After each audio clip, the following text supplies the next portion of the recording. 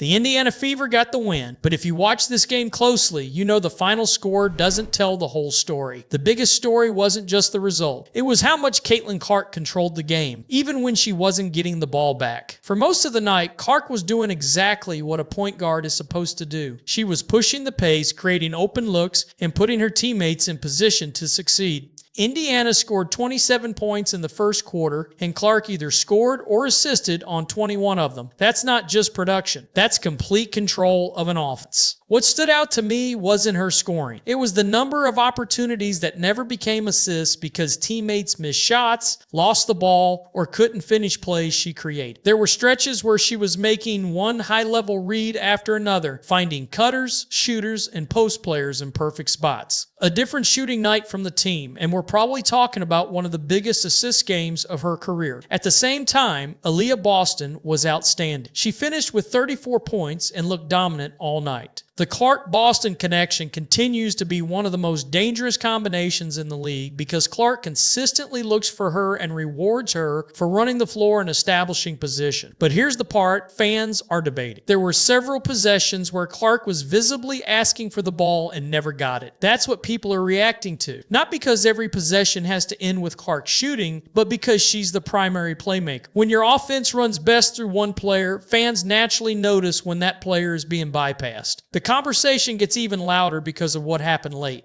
Indiana had a chance to put the game away, but the possession didn't unfold the way many expected. The play appeared to go in a different direction. The execution broke down, and suddenly a game that looked under control became much tighter than it needed to be. That's where a lot of the frustration from fans is coming from. Still, amid all the noise, the basketball reality is simple. Clark finished with 32 points, 10 assists, and 7 rebounds. Boston had 34 points. Mitchell added 17. The Fever survived a tough battle, handled overtime, and found a way to win. That's why I think some people are missing the bigger picture. This wasn't a game about controversy. It was a game that showed how important Clark is to everything Indiana does offensively, while also proving that Boston can take over when given opportunities. The Fever got the victory, but after watching this one, what's the bigger takeaway? Should Indiana lean even more heavily into running everything through Caitlin Clark? Or is this balanced approach exactly what will help them win the biggest games later in the season?